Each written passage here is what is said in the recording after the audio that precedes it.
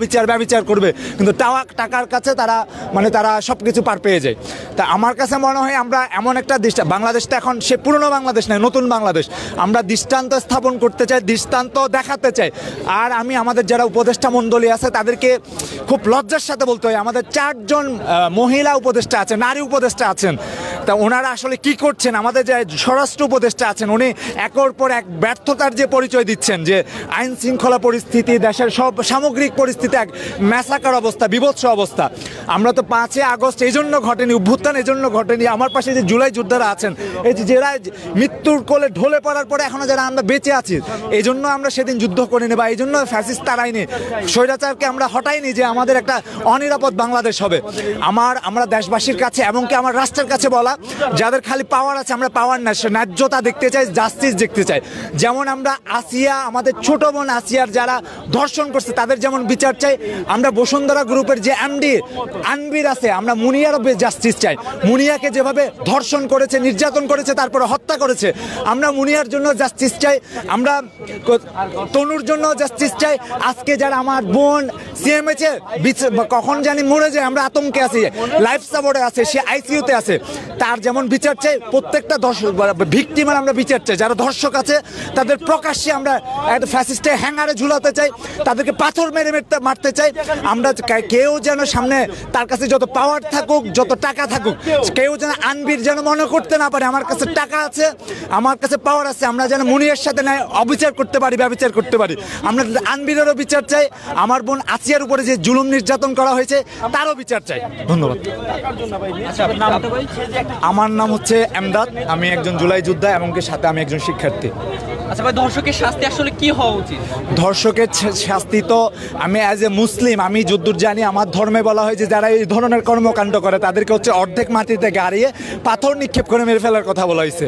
তা এখন আমার দেশ কিভাবে বিচারটা করবে? আমরা তো সর্বোচ্চ আইন তাদেরকে ফাঁসিতে ঝুলাতে চাই, মৃত্যুদণ্ড কার্যকর করতে চাই। আর একটা ছোট বাচ্চাকে যে এভাবে নির্যাতন করতে পারে, তো তারা তো সাইকোপ্যাথ, এটা তার মাথা তো একেবারে খারাপ, এটা তো সুস্থ মস্তিষ্কের মানুষ না। এদের না হয় ভালো ডাক্তার দেখানো হোক, এদেরকে একেবারে সর্বোচ্চ শাস্তি, এদেরকে ফাঁসি চাই এবং প্রকাশ্যে চাই। আমরা মানুষ যেন ভয়ে সামনে কেউ যেন এইসব কর্মকাণ্ড করতে না পারে, তাদের প্রকাশ্যে আমরা একটা এর বিচার চাই। আচ্ছা, জুলাই অভ্যুত্থানের পরে আমরা যে কাঙ্ক্ষিত বাংলাদেশ চেয়েছিলাম, সেই কাঙ্ক্ষিত দেশকে আমরা আসলে পেয়েছি? আমরা আশাবাদী, এখন পর্যন্ত আমরা আশাবাদী, কিন্তু আমাদের যারা উপদেষ্টা মণ্ডলী আছে আমাদেরকে নিরাশা করতেছেন। আমাদের সর্বদিক দিয়ে আমরা কিছুটা হতাশ হয়ে পড়ছি। আমরা যে স্পিডে, যে তুফান গতিতে আমরা বলতে পারি, আমরা 36 দিনের যে বিপ্লব আমাদের, সেই তুফান গতিতে আমরা বাংলাদেশটাকে পরিবর্তন করছি, কিন্তু আজকে 6-7 মাস পেরিয়ে গেল আমরা আমাদের যে কাঙ্ক্ষিত বাংলাদেশ, যে সুস্থ সুন্দর একটা শান্তিপূর্ণ বাংলাদেশ, যে বাংলাদেশটা আমরা স্বপ্ন দেখি, যে বাংলাদেশটা আমরা হৃদয়ে ধারণ করি, লালন করি, সেই বাংলাদেশটা আমরা এখনো পাইনি। আমরা আমাদের হাতছানি দিচ্ছি, কিন্তু আমরা যাদের উপরে আমরা আস্থা রাখছি, আমরা তাদের উপরে আস্থা রাখতে চাই, কিন্তু তারা আমাদের আস্থাটাকে বারবার আমাদের যে স্বপ্ন সেটা ভেঙে দিচ্ছে। আমরা ভাঙা স্বপ্ন দেখলে আমরা সুস্থ একটা দ্বীপ, আমরা একটা ভালো স্বপ্ন দেখতে চাই, যেন আগামীকাল রাতেও যে আমরা একটা মেয়েকে দেখছি সে রাত্রেবেলা হাঁটতে বেরোতে চাই। আমরা আমাদের বোনদেরকে নিশ্চয়তা দিতে চাই, বোন তুমি রাতে 2টা একটা একলা বের হয়ে রাস্তায় হাঁটতে পারবা। তেমন একটা আমরা বাংলাদেশ আমাদের বোনদের জন্য, আমাদের মায়েদের জন্য, আমাদের জন্য, আমি ব্যক্তি এমদাদের জন্য আমরা একটা নিরাপদ বাংলাদেশ চাই। আমরা অভ্যুত্থান পরবর্তী যে আমরা যারা আমাদের উপদেষ্টা মণ্ডলী হয়েছেন, আমি তাদেরকে বলতে চাই, আপনারা তো ইলেক্টেড না, আপনারা সিলেক্টেড। আপনারা যদি দায়িত্ব পালন করতে না পারেন, আপনার দায়িত্ব হস্তান্তর করে দেন। বাবা আমরা পারছি না, বয়সের কারণে, আমাদের মন মানসিকতার কারণে, আমরা এখন অনেক ধরনের সমস্যার কারণে আমাদের প্রত্যেকটা উপদেষ্টা মনে হয় 70-এর উপরে বয়স। এখানে অনেক উপদেষ্টা, আমাদের স্বরাষ্ট্র উপদেষ্টা মহোদয় তো আল্লাহ মাহবুদ, ওনাকে হেদায়েত দান করুক, ওনাকে আরো হায়াত দিক। উনি আসলে কি করছেন? আমরা দেশে যেভাবে খুন ধর্ষণ, আরো যেভাবে একটা আতঙ্কমান বিরাজ করছে, হত্যা, এটা নিয়ে সবাই একটা প্যানিকড হয়ে আছি। আমরা এরকম একটা বাংলাদেশ চাই না। আমরা সুস্থ সুন্দর একটা শান্তিপূর্ণ একটা বাংলাদেশ দেখতে চাই। সর্বশেষ এখন কি চাচ্ছেন আপনারা? এখন আমাদের যে বর্তমানে আমরা আজকে যে কারণে আমরা রাস্তায় আসছি, সেটা হচ্ছে আমরা ধর্ষকের একটা দৃষ্টান্তমূলক এমনকি প্রকাশ্যে ওর শাস্তি চাই। ধর্ষণ কর্মকাণ্ড যেন কেউ ঘটাতে না পারে, আমাদের মা বোনরা যেন নিরাপদে চলাফেরা করতে পারে, তাদের জন্য নিরাপদ বাসস্থান হয়, নিরাপদ রাস্তা হয়, নিরাপদ শিক্ষা প্রতিষ্ঠান হয়, নিরাপদ ক্লাসরুম হয়, এই জিনিসটা আমরা নিশ্চিত করতে চাই। আমি এটার জন্য প্রস্তুত আছি। তো ভাই, আমি যে নামছি, আমি দেশটাকে একটা তো দর্শক যেমনটি দেখছিলেন যে এই ঢাকা বিশ্ববিদ্যালয়ের যে সাধারণ শিক্ষার্থী আছে সাধারণ শিক্ষার্থীরা কিন্তু ধর্ষকের বিচারের দাবিতে এই মুহূর্তে কিন্তু রাজু ভাস্কর্যের পাদদেশে অবস্থান করেছিল এবং তারা কিন্তু একটু বিক্ষোভ সমাবেশ পালন করেছিল এবং তার পরপরই দেখতে পাচ্ছেন যে আহত যে শিক্ষার্থীরা আছে সেই শিক্ষার্থীরা কিন্তু এই মুহূর্তে রাজু ভাস্কর্যের পাদদেশে এসে অবস্থান করছেন এবং তারা কিন্তু ধর্ষকের বিচারের দাবি করছেন। দর্শক এই মুহূর্তে যদি আরও একটু কথা বলার চেষ্টা করি এখানে উপস্থিত আহত শিক্ষার্থীদের সাথে। আলটা কি কিনে আপনারা কি চাচ্ছেন এই মুহূর্তে? ভাই আমাদের উদ্দেশ্য একটাই যে আমরা মেডিকেলের এখন বর্তমানে আমরা আহত 24শে জুলাই যোদ্ধা আমরা মেডিকেল থেকে আসছি সরাসরি আমরা জাতীয় চক্ষু বিজ্ঞান থেকে আসছি যখন এই যে আগামীকাল যে ধর্ষণটা হলো পিচ্ছি একটা মাইয়া 8 বছর না 7 বছরের মাইয়া এই ধর্ষণটা হওয়ার পরে মানে আমরা নিজের থেকে বসে থাকা তো অসম্ভব ব্যাপার আমাদের যত অসুস্থ থাক যতই চোখের সমস্যা থাক এইগুলা ব্যাপার না কিন্তু আমরা মেডিকেল থেকে আসছি কিছুর জন্য ভাই জানেন শুধুমাত্র এই যে এই মেয়েটার জন্য যে ধর্ষণ হলো এই 7 বছর 6 বছরের মেয়ে এটা এখনো বললাম বাংলাদেশে পুরো নিরাপদ না নারীরা এখনো ধর্ষণ হচ্ছে এখন এই 7 বছরের মেয়েটা ধর্ষণ হলো এটার কি করবেন আপনারা কি আপনাদের বোন হতো আজকে আমার বোন হতো তখন কি ভাই পারতেন যে বাসায় বসে থাকতে বা ঘরে বসে থাকতে এটা প্রতিবাদ করতে ভাই বেরোতেন না অবশ্যই বেরোতেন ভাই এখন যদি ভাই এই বিচারটা ভাই যদি না হয় ভাই তাহলে ভাই আমি মনে করবো কি জানেন ভাই আরও সামনে যে ধর্ষণ হবে না এটা কোনো গ্যারান্টি নাই এখনো লাইফ সাপোর্টে নাই কারণ যে মেয়েটা ধর্ষণ এই যে মেয়েটা করলাম একটা অবুঝ মেয়েটা করলাম কিছু বুঝে না মেয়েটা সব কিছুই মানে কিছু বুঝে না মেয়েটার এইভাবে ধর্ষণ করা ঠিক হয়নি আমি চাই ভাই এটা যে যারা ধর্ষণ করছে যারা জড়িত ভাই তাদেরকে এই যে মাটিতে অর্ধেক কূপে ইট মারা দরকার এটা উচিত আর দ্বিতীয়ত তাদের ফাঁসি নিশ্চিত করা যতক্ষণ না ফাঁসি নিশ্চিত করা হবে ভাই এই বাংলা জমিনে এটা শান্তি হবে না কারণ ভাই আজকে আপনি নিরাপদ নাই কালকে আমারও নিরাপদ না থাকতে পারে আমাদের মা বোনের এই যে আজকে যদি এটা যদি নিশ্চিত না করতে পারে নিরাপদ তাহলে কালকে যে এটা হবে না এটা কোনো গ্যারান্টি আছে ভাই গ্যারান্টি নেই কিন্তু ভাই আমরা চাই আমরা যদি আমাদের জীবন দিয়েও যদি এটা রক্ষা করতে ভাই তাহলে আমরা রক্ষা করবো ইনশাল্লাহ সমস্যা নেই ভাই আমরা আসছি এখন থাকবো কারণ 24শে জুলাইয়ের মধ্যে যখন স্বৈরাচারে এটা এই দেশের থেকে বিদায় করতে পারছি ভাই তাহলে আমরা এটাও বিদায় করতে পারবো ইনশাল্লাহ কিন্তু সরকারের কাছে আইন শৃঙ্খলা বাহিনীর কাছে এইটুকু অনুরোধ করব যে ওরা জাগরে ধরছে অথবা ধরে নাই তাদেরকে উপযুক্ত শাস্তি এবং শাস্তি কি ভাই শাস্তি তো কম হয়ে যায়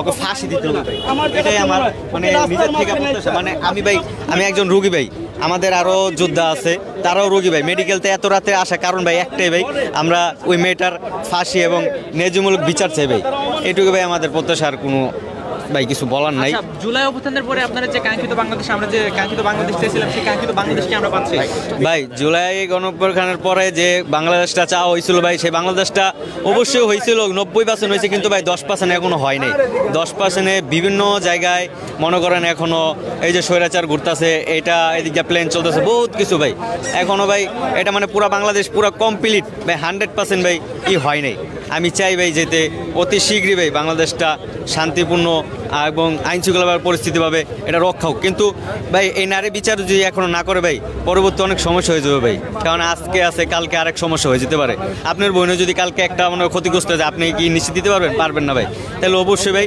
এটা আইনের আওতায় আইন নেয় এবং ওই লোককে যে লোকগুলা এই কামগুলা করছে প্রত্যেকটা ঘরে ঘরে ওই লোকগুলা ফাঁসি এবং যে ফাঁসি না দিতে পারে সবার সামনে ভাই মাটিতে কুদে পাথর দিয়ে ঝুলায় মারা দরকার দর্শক এই মুহূর্তে দেখতে পাচ্ছেন যে জুলাই অভ্যুত্থানে যে আহত শিক্ষার্থী রয়েছে সেই শিক্ষার্থীরা কিন্তু এই মুহূর্তে রাজু ভাস্কর্যের পাদদেশে অবস্থান করছেন ধর্ষকের বিচারের দাবিতে তারা কিন্তু দেখতে পাচ্ছেন যে এই মধ্যরাতে তারা কিন্তু এই যে রাজু ভাস্কর্যের পাদদেশে আছে সেই রাজু ভাস্কর্যের পাদদেশে কিন্তু তারা এসে অবস্থান করছেন এবং ধর্ষকের বিচার তারা কিন্তু দাবি করছেন দর্শক এই মুহূর্তে আমরা আরও কয়েকজন শিক্ষার্থীর আহত শিক্ষার্থীর সাথে কথা বলবো এবং জানার চেষ্টা করবো আসলে তারা কি বলছেন এবং তারা কি চাচ্ছেন আসলে এই মধ্যরাতে আপনাদের এখানে আসার কারণ একটাই ভাই আমরা এই 24-এর যারা আহত যোদ্ধা তাদের একটাই কথা শহীদ পরিবার থেকে ধরে আমার যে এই দেশটাকে আমরা রক্ত দিছি জীবন দিছি কিসের বিনিময়ে ভাই দেশটাকে সুন্দর করে সাজানোর বিনিময়ে তো এই জায়গার থেকে আমি এক কথাই বলবো যে ভাই আমার এই দেশের মানে এইসব কাজ যারা করবে তাদের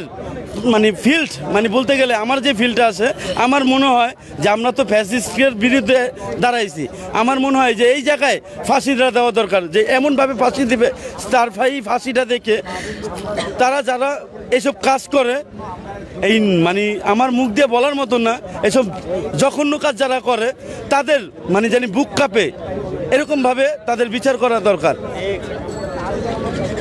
আচ্ছা, জুলাই অভ্যুত্থানের পরে যে কাঙ্ক্ষিত বাংলাদেশ আমরা চেয়েছিলাম, সেই কাঙ্ক্ষিত বাংলাদেশকে আমরা পাচ্ছি? ভাই এখানে আমি এক কথা বলবো, আমাদের যে রক্তের উপরে যে ডক্টর ইউনূস স্যার আছে, উনি বারবার বলছে যে এই দেশটাকে সাজাতে সবাইকে আগিয়ে আসতে হবে। আমি আমার জায়গা থেকে বলি ভাই, আমি যদি আগাই, আপনি যদি আগান, তাহলে এই দেশটা কিন্তু সুন্দর হবে। আর 17 বছরের ফ্যাসিস্ট সরকার যেটা শিখাই দিয়ে গেছে, প্রশাসন থেকে ধরে যা কিছু আছে ঢিলা করে তাদের স্বার্থ, আমরা তাদের স্বার্থ আর খুঁজতে চাই না।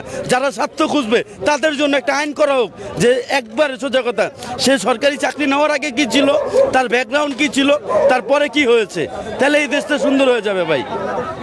আচ্ছা, সর্বশেষ আপনারা কি চাচ্ছেন? সর্বশেষে ভাই আমি আমার জায়গা থেকে এক কথাই বলি, আমার এই বোন, আমার যদি আমি এক কথাই বলি ভাই, এটা যদি আমার বোন হইতো, আমি কিন্তু মেডিকেলে থাকতে পারতাম না, আমিও দৌড়াইতাম। তাই আমি আমার জায়গার থেকে এখানে বলি যে এইখানের ভিতরে ঠিক মানে এই রাজু ভাস্করের সামনে তাকে ফাঁসি দেওয়া হোক। এই ফাঁসি দেখে যারা এইসব কাজ করে তাদের জানি বুকে ডর আছে, এমনভাবে তাকে ফাঁসি দেওয়া হোক। আসলে আপনারা এই মধ্যরাতে আসলে কেন এসেছেন?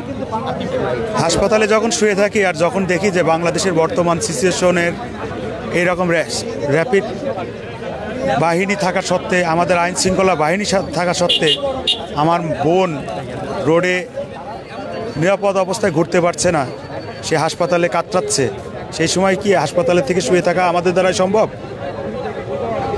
আচ্ছা, জুলাই অভ্যুত্থানের পরে আমরা যে কাঙ্ক্ষিত বাংলাদেশ চেয়েছিলাম, সেই কাঙ্ক্ষিত বাংলাদেশকে আমরা আদৌ পাচ্ছি?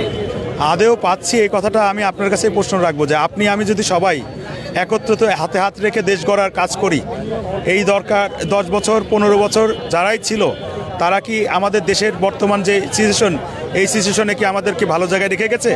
যদি ভালো জায়গায় রেখে না যায়, আমাদের সবাই এগিয়ে এসে ভালো দেশ গড়ার লক্ষ্যে সবাইকে কাঁধে কাঁধ রেখে কাজ করতে হবে। আচ্ছা, আমরা দেখি যে বাংলাদেশের ধর্ষণের বিচার কিন্তু একদমই হয় না, আসলে এই ব্যাপারটা কেন? একদমই হয় না এই কথা যদি আপনি বলেন, তাহলে আমি বলবো যে আপনি ভুল বলছেন। আমাদের দেশের আইন শৃঙ্খলার প্রতি আমাদের প্রত্যেকটা জনগণের বিশ্বাস আছে, কিন্তু বর্তমান যারা অনেকে দেখা যাচ্ছে যে আইন শৃঙ্খলাকে হাতিয়ার বানিয়ে বিভিন্ন রকম অকারেন্স করে বেড়াচ্ছে, তাদের উদ্দেশ্যে একটা কথা বলতে চাই। দেশ সবেমাত্র শুরু হয়েছে, এই নতুন দেশে কোনো ফ্যাসিস্ট সরকার আমলের যেসব লোকজন ছিল তারা সহ বর্তমান যারা আইন শৃঙ্খলাকে তোয়াক্কা করে দিনে রাতে অপরাধ করে বেড়ায়, কেউ সুস্থ থাকতে পারবে না। আইন শৃঙ্খলা ভালো হবে, আইন শৃঙ্খলার ব্যক্তিত্ব মানুষগুলার প্রতি আমাদের এই আহতদের প্রতি থেকে অনুরোধ রাখবো, তারা জানি আইন শৃঙ্খলা এমনভাবে নিয়ন্ত্রণ রাখে যেখান থেকে এই র্যাপিস্ট বা এই ধরনের যারা আছেন তারা জানি একটু হলে পরে ভয় পায়।